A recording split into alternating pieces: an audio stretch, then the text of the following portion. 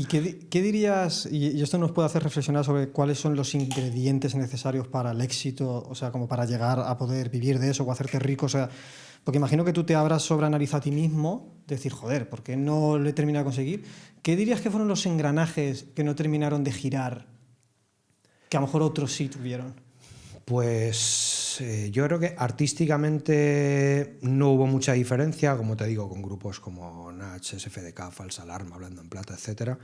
Pero quizás sí la implicación de los sellos discográficos con los cuales cada artista estaba firmando, pues sí tuvieron bastante que ver, ¿no? Yo siempre digo, estoy eternamente agradecido a Zona Bruta, pero es verdad que éramos muchos grupos en ese sello discográfico y quizá no era igual la inversión que se hacía en unos artistas que en otros. Entonces, quizás sí eché en falta más implicación por parte de quien tenía ese colchón económico, o aparentemente tenía que tener ese colchón económico, y eso nunca llegó. Entonces, bueno, al final ya como que también tú te encabronas un poco, te obcecas con no cambiar tu manera de trabajar o no pasar por el aro de ciertas cosas, y el resultado es eso, que nunca llegas a vivir de la música. Pero ya te digo que no quiero parecer como un ogro enfadado con el mundo, ¿no? Que ha cambiado mucho mi prisma y que yo ahora disfruto de la música mucho más que nunca. De hecho, en los últimos 5 años que he vuelto a escribir, he hecho más canciones que en los otros 15 o 20 desde que yo empecé en la música, ¿sabes? O sea que... Esto que me dice me recuerda, bueno, espero que pueda decir esto, que una cosa que me dijo el Charlie, y si no lo puedo decir espero que no se cabre, pero creo que no es nada. Yo me acuerdo que cuando a él le pregunté ahí fuera de cámaras, como quien dice, tío, ¿y tú por qué no viviste en plan todo esto, ¿no? Y me acuerdo que él me dijo dos cosas que a mí me marcaron mucho. Me dijo, tío, es que cuando yo ya empecé verdaderamente a hacerme famoso, yo ya estaba reventado, llevaba ya tanto tiempo haciéndolo que como que ya me pilló cansado. Y otra de las cosas que me dijo es que el punto en el que él estaba no era como ahora. Decía que si tú querías seguir subiendo ibas a tener que pasar por muchos aros, que chupar muchas pollas y tal. Y él decía que no estaba dispuesto a eso. Yeah. Entonces, no sé si tú opinas que, al menos en la época en la que te tocó vivir, era obligatorio, quizás. Sí, porque además ahora cualquier chaval o cualquier chica que empieza a coquetear con la música desde su propia casa tiene medios para grabarse, conseguir una producción, subir las canciones a plataformas y, si suena la flauta, vivir de la música. Ahora, cualquiera tiene ese potencial, ¿no? Otra cosa es que luego la gente lo consiga o no. No estoy diciendo que sea fácil, ni mucho menos. Pero es verdad que antes únicamente podías sacar música si tenías un contrato con un sello discográfico, porque no había otra manera de llegar a la gente. Tú tenías que grabar un disco y los sellos solo te grababan un disco si firmabas un contrato que normalmente era bastante abusivo en cuanto a condiciones y a porcentajes. Y para entrar en festivales únicamente entraban los grupos que tenían disco. No era como ahora, que un grupo maquetero... A ver, en aquella época se llamaba grupo maquetero, ahora las maquetas no existen. Ahora toda la música es maqueta porque todo el mundo lo puede grabar en su casa, ¿no? Pero sobre todo quiero hacer hincapié en la diferencia de que antes había que pasar ciertas fases y ya haber dado algún concierto para que el sello te grabase un disco y ya tener un disco para que los festivales te contratasen. Era como un círculo bastante complicado de completar.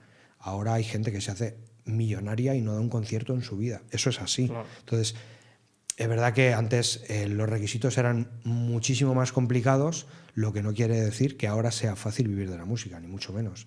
Muchos chavales que entran en este mundo, sea del rap o no, pensando, yo con el primer tema me voy a pegar, voy a vivir de esto. Ahora y está no tan saturado. Y no es tan fácil porque ahora cualquiera, y más desde que hay IA, puede grabar música y hacerse mundialmente conocido, ¿no? Otra cosa es que eso te dé para vivir o no, o bueno, eso ya son temas secundarios. Pero es verdad que en aquella época influyó bastante eso, estar pues como ya muy quemado, ¿no?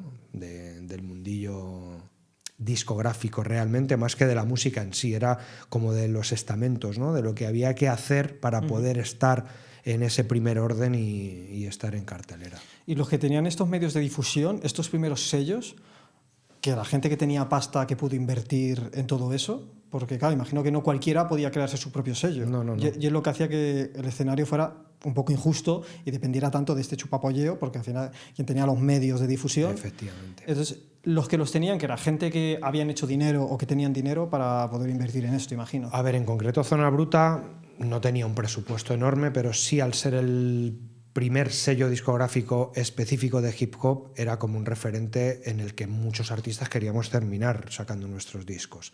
Luego sí es verdad que multinacionales o grupos de música alternativa, o sea, grupos, me refiero a grupos empresariales de música alternativa, que lo mismo sacaban rap, que sacaban punk, que sacaban rock, que sacaban cualquier estilo así un poco más de calle, que no era la típica música mainstream de pop, de la televisión y tal, apostaron por este género. Pero es verdad que al final monopolizaron bastante entre 2-3 sellos todo el panorama que había en España. Estaba BOA, que eran los que dominaban un poco la jugada, que ahora es Altafonte, porque sellos como tal ya no existen. O sea, ahora son distribuidoras, ahora es otro concepto totalmente diferente.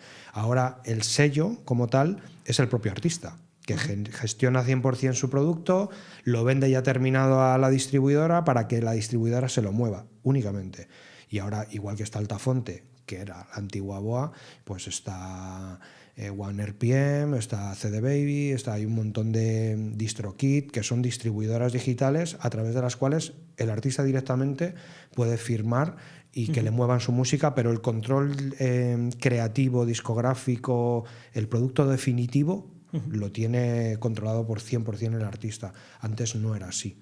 Entonces, ha cambiado bastante la jugada, pero bueno, es que la sociedad ha cambiado muchísimo. Sí, pues cambian.